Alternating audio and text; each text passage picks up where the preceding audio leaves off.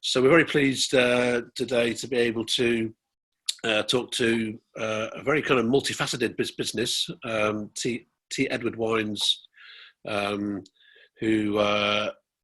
their website I think is has everything from distributor, importer, producer, exporter, importer. So you're sort of covering all the bases. So we're very pleased to welcome Tom Byrnes, who's the founder and the owner of the business, and David Hautzig, who's the international export sales manager. So welcome to you both. Thank you. Have you on board. So before we sort of drill into how the COVID situation is affecting your business, can you perhaps sort of take us back to the beginning, and for those who don't know your company, just give us sort of a background really on how it works and how it's grown. So perhaps Tom, do you want to start with that? Right. So very in brief, it's in 1994 I started with 8 wineries, and with my mother driving the car and me delivering samples out of the back of the car around Lower Manhattan. We were principally, and at that time it was a vintage port, and a selection of small family farms, and it has grown organically 25 years later to we're now in 47 states. We are a direct entity, importer, wholesaler. I'll explain that in a minute. In the U.S. and New York, New Jersey, Connecticut, Illinois, and California. Okay. And then acting as an importer and supplier to wholesalers in 47 other states. Okay. So, and our focus from the very get-go has been small organic farms, and pushed in the past 8 or 9 years, a little bit left to center to more organic, biodynamically focused, and spirits. The craft distillery piece of our business started 8 years ago, and is now about maybe 9% of our business. Okay. So we're a company of 65 people. Right. With the revenues of just around 40 million. Okay, but it sounds like the model that you've created is one that you can sort of scale and add more layers to. And I guess with the American system, it kind of fits quite nicely for that model.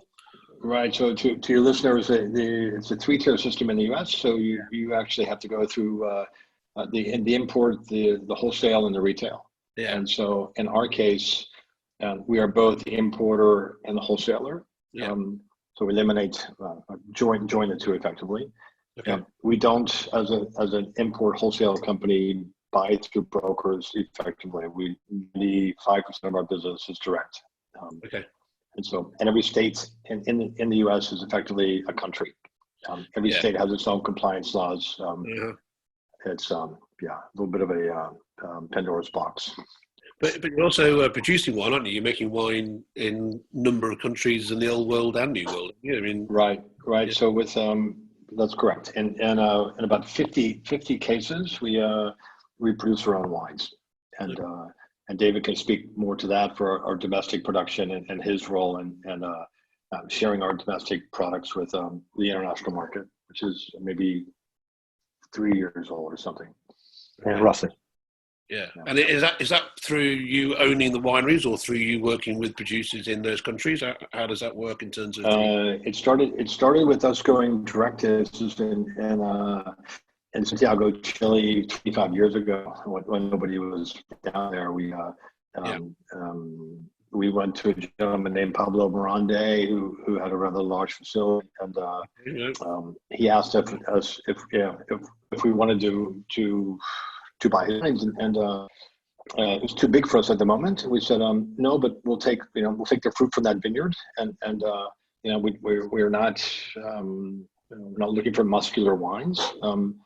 We basically want you to make it in this style. We want to either we insert the winemaker or whatever, but and we through that created our own brands to these winemakers. We don't own a winery or facility. We basically purchase and package. Okay. Well, perhaps we could talk a little bit more about that sort of supply chain, sort of owning both sides of the supply chain to some extent, or at least controlling both sides. So David, from your perspective, then, in terms of how your role works and how it actually plays out within the States itself, can you just talk us through that? I'm multifaceted as well. Yeah. I multitask. So in my area, outside my window, and near where I live, I service about 130 accounts. Square mileage, probably 150, drawing circles, and both retail and restaurants. I had the idea a few years ago, primarily, and Tom knows this, because of these guys.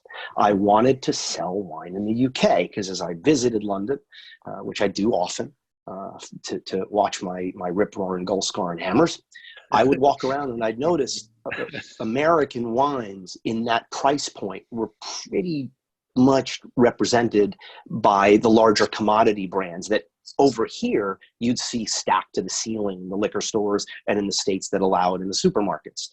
And what we realized almost by accident years before I even joined T. Edward was that even our customers wanted access to wines like that. Yeah. Value, easy drinking Cabernet, Pinot Noir, Chardonnay, Sauvignon Blanc.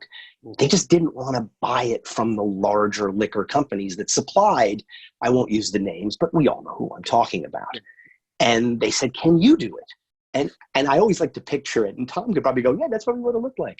Tom probably went, yeah, okay. Sure, we could do that. And we started to, not knowing at the time that they would become such an important aspect of our business, which often will generate the kind of revenue that allow us to take the chances on more eclectic, smaller wineries that otherwise we might have had to be a little bit more reticent about. And then, I sold them in the UK, Denmark, New Zealand, working with importers in Sweden and Norway on their monopolies. And then more recently and larger in Quebec. In fact, just the other day, we had 3 of our California wines picked up by the monopoly there, the SAQ, for pickup over the summer and sale starting in the fall. And I'm also going to start helping in our national sales with just those brands.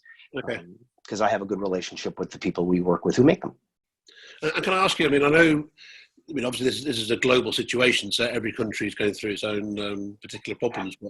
But by having a more of an international business as well as covering the whole of the States, I think that's you've been able to go into this crisis perhaps a little bit more secure than other businesses. I mean, like for example, having that the on-trade versus off-trade split, we were sending hundreds of cases to Quebec every month for their restaurants. My partner up there told me about like a food court wine bar in a big shopping area that was going through 10 cases a week of one of our Chardonnays called Bowden Rhone. Yeah. That's done for now. Of course, we keep our fingers crossed that it comes back. But the retail side up there, the off-trade, continues. So to be able to work on such a large purchase, it is both financially good, and I won't lie, it's psychologically nice to feel busy and feel productive. And the same thing with the national sales.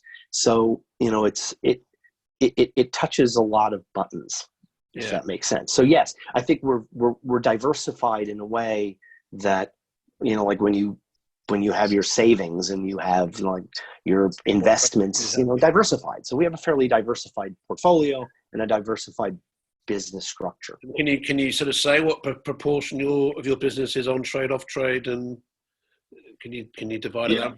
Yeah. So mine personally or the company? Well, Tom, perhaps. Yeah. So it's about 50-50. Okay. 50 on, 50 off. And in fact, that's nearly the same ratio in every market. In every market, it's not the same.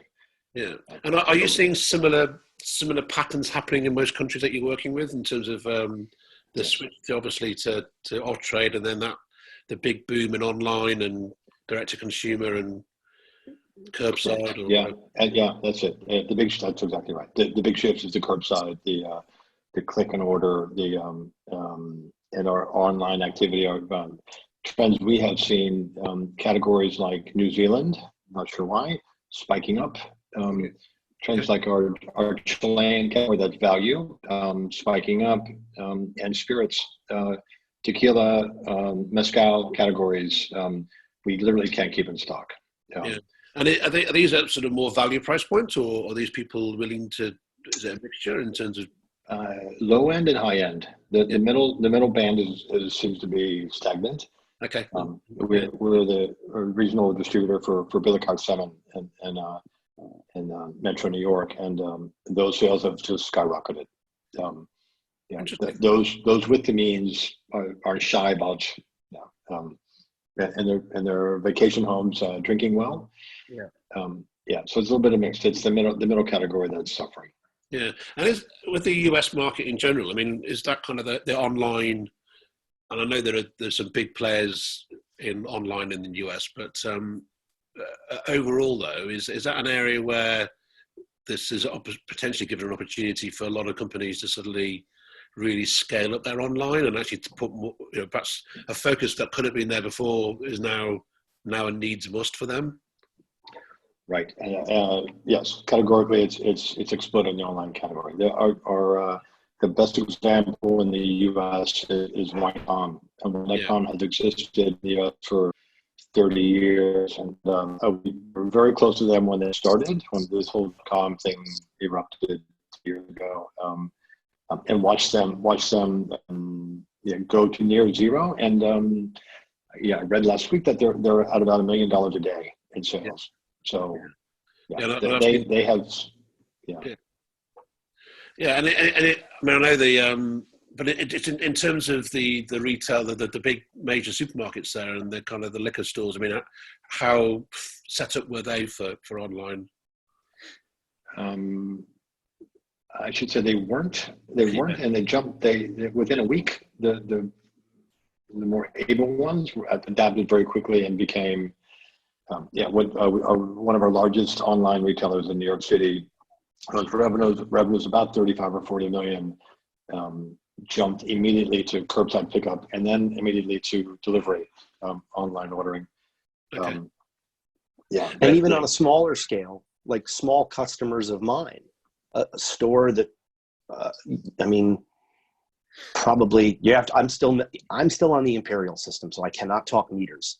So 500 square feet, he has seen his sales close to double, and he's not allowing people in his shop. Yeah. They don't even unpack the cases anymore, he told me. They get delivered, he just puts them down on the floor near where they would go, and they just take them out of the boxes as the online and phone orders come in. One other retailer gave me a very funny metaphor. He said, I feel like I'm a pizza shop now.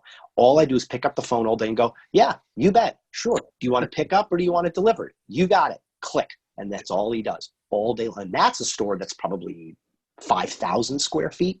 They'll let people in, but it's just constant move. And I suppose, Tom, you mentioned at the beginning there that, each of the states in America are like a country in their own right. I mean, has it been important for a business like yourselves, the relationships that you have with people, that you're able to really micromanage this as well? So obviously you've got the national situation, but you've also got state by state, then you've got city by city. Is it very much, the different lockdown rules and people behaving slightly differently in each state? Yeah, I mean, we're in New York, right? So we were there before everybody else, and we were just waiting for the rest of the U.S. to catch up to us. And so we were essentially holding hands of 47 customers around the state, saying, prepare, get ready. And the biggest piece of this that I guess we aren't talking about is cash flow. The cash flow, the spigot is stopping it. Upstream, and for the challenge for us with our national distribution is it's just that everyone is struggling with no cash flow. So and in terms of actually getting wine around the country, is that okay in terms of actually? Zero difficulty. Zero. In fact, in terms of importing as well, we've had maybe half a dozen examples of in France, label printers shutting down, not having access to new labels, slowing up production time. Yeah. In France, in every other country, no, it's all flowing. In fact, there was a talk of shortages of containers. That hasn't yet affected us. It's been a steady stream. And in terms of our delivery, same thing. We're at full capacity delivering, et cetera. So none of that has slowed. I think actually one of the big takeaways from this whole crisis, is just how well the drinks logistics supply chain has stood up to this. Right. Internationally and in countries. I know there's been a slight hiccups there and there, but I mean, in the main, it's a similar story, which is a great tribute to the drink supply chain in itself, isn't it? Really, So switching it more in terms of what is selling. In terms of the kind of the work you are doing with retailers and the off trade, what's working there then for you, and what steps have you had to take as a company to make the most of what you can? So we're still locked down, and for us, I'm speaking of Metro New York. These our 28 reps who are floating around the market are still quarantined. All right. So nobody's out visiting. So we've done two things. I was in New York until last Friday. I would gather 4 or 5 samples, put them in a box, sanitize them, call an Uber, and then put them in the backseat of the Uber and send it off. And then 20 minutes later, call the guy and say, Uber's outside waiting for you. He'd hop out with his mask, grab the bottles, go back inside. We'd FaceTime for 10 minutes.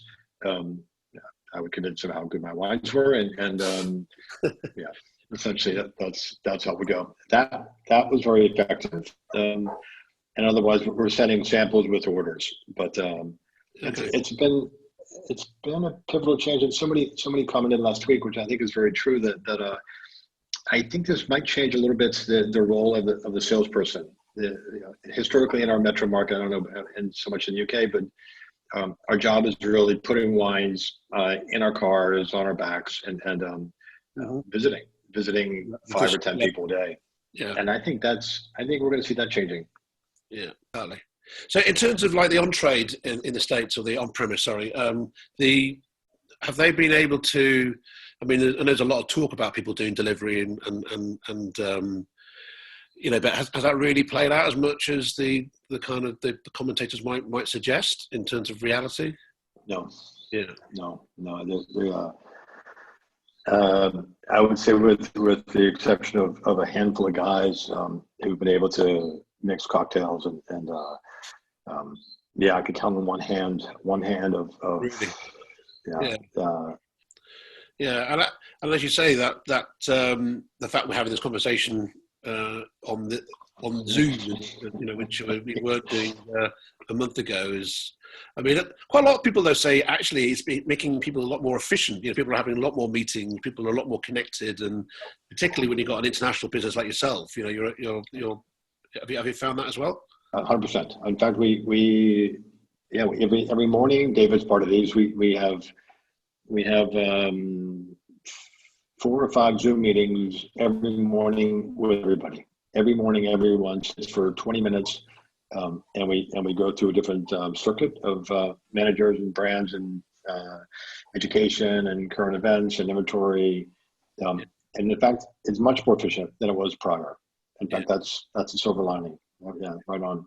Yeah, and I guess everyone's in one place. No one's traveling. People aren't on planes. People are, as you say, with wines in their rucksack, trying to sell. On the bigger side of things, though, you mentioned at the beginning about your private label and the fact that you've got your own brand. Can you just perhaps talk through that a little bit in terms of how you've been able to use those wines during this time, and where you sell those and what works?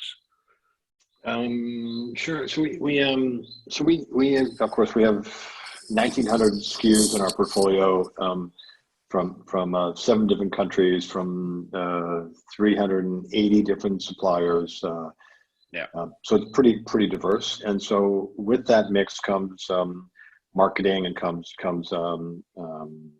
expectations, projections, and that whole thing. Yeah. I have found over the years that by controlling the source, the control, the flow. Number one, there's less pressure. If it's working, it's working well. If it's not working, I can stop it. I can adapt to the market. And in our Metro New York market, in the past 60 days, it's starting with the bigger groups, but it's very price sensitive. So we've been able to react very quickly to discount heavily. And like everybody, that's been our MO for the past, and will be for the next 30 or 60 days. Having that control. It's really about control. In terms of, like you say, being able to pick up on the trends and picking up on what people are calling for, and then having the wines to respond to that. Right, absolutely. And Dave can speak too. I think he's one of our most skilled people in understanding just the value of those brands versus and for his customers. David, you can jump in, but I think it's been a win-win. Without doubt. Yeah. Because I can pick up the phone and speak to the winemakers who are doing it and say, yeah, I've got an order for 600 cases that have to be ready to go and pick up to go to the SAQ in Quebec. And it has to be this vintage because of the way the monopoly systems work. Yep, no problem. Go to the label people, make sure that the labels are approved because we're the one in control of it. And if it wasn't that way, there's just that little extra room for error. And that in the international market, an error can be very costly. Thankfully, we haven't had one yet. Yeah. But I proponent of it.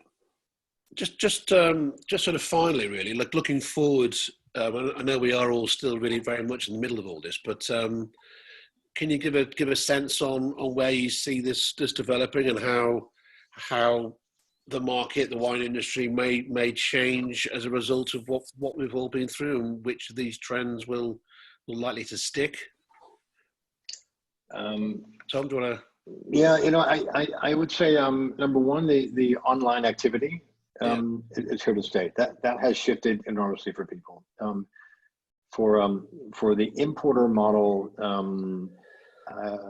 I've seen an uptick, maybe 50% increase in the small mid-size retailer who has attracted, I'm assuming, another 20 or 30% new clientele. It's the end result has been for to me, I think that we have literally hundreds and thousands of new customers as a result of this. There's been a different dialogue that hadn't happened before. That's happening, and no, but I think it'll be a little bit of the thinning of the herd, right? So there'll be those who were unstable before this are being, and to us, we have a tariff that's been in effect for what, 6 months, David? Roughly. That has affected us as well. So you're going to see less players. There'll be a lot more of consolidation. We're seeing a lot more larger brands shifting from weaker positions to our phones are very busy for the moment with people looking for a new home. So I think the online piece is probably the silver lining for a lot of people. David? I'd be lying if I didn't say that on a daily basis, I worry about my restaurant friends. Just the other day, a restaurant I've never been to, and not in New York, in Minneapolis, called The Bachelor Farmer. My wife and daughter have been, and it's well known among foodies here. Yeah. You have to call weeks in advance to get a table. They're done. They closed. They've announced they cannot reopen. And it would be foolish to not admit that that's going to happen to people we know. And it's very, very, very sad. And and not only from the business, people's livelihoods, think about the chain that a restaurant means. Just the other day, quite literally millions of onions had to be composted because there's no market for them, and because the restaurants aren't open and they're not buying them. Food that people need, that people, hunger, childhood hunger in the US is up to 17% of children in the United States are not getting enough food. And the food's there, but how do they get it? It's in the wrong The restaurant hospitality industry, if I'm correct, employs 10 times the multiple of the employees in the airline industry. And the airline industry is likely going to get a massive, massive assistance package. Restaurants, I don't know. But the chain of events that your local eatery, and supports and is vital to, most of us have probably never even thought that through before. I mean, we take a lot of things in our lives for granted. Now we look at it through a different prism, and that's going to affect, me as a salesperson, both locally, nationally, and internationally. And I probably feel a little guilty thinking that way, because that's just, there's so many bigger pictures. And I hope maybe the overall thinking of us, just as people, will shift, and maybe we can be a little nicer, because it's not the nicest country right now. And maybe that improves a little bit. Well, I mean, as I say, on Tom's point, I think the online switch and direct to consumer, but I think also the collaboration and some of the innovation and steps that people are doing as well has been very inspiring, that I've picked up on, particularly in the UK and other markets that we look at. But so just to say thank you very much indeed for your time. I mean, what is clear, business models like yourselves are so diversified. I mean, perhaps a final comment from yourself, Tom, in terms of how you see your business, say, a year out from here. Can you look that far ahead, and just perhaps close with that? You're talking to an optimist. So I'm sure that we'll be back to our road numbers in 8 months. And for us as a company, I'm not worried about the company. We're already growing in new ways and finding new ways to find business. The question really that David touched on is the restaurant trade. That's the big question mark. How many of these guys can afford to come back? What does that look like in 12 months? We're not as sophisticated as the UK in terms of wine drinking or we're still learning. And I think that it's an enormous opportunity for a small company like ours, with these smaller brands, family farms, to get the attention of the buyer. And that's never been stronger, or craft distillation. So I'm very hopeful. I like David touched on. I think that the U.S. from American perspective, and David and I think agree to this, that we have some mending to do. We're we're extremely divided as a country, and I don't know what the end result of all this is, but I hope that I'm hopeful that in 12 months we can gather up again and restart, so to speak. Well, I'll close it there, because I've taken up a lot of your time, and I think we've covered a lot of ground, and we could clearly talk for a long time. I have to agree with you there, but we'll just to say finally, thanks for both your time, and wish you very much, and hopefully we can all catch up in person soon. So that would be great. Thank you. Cheers.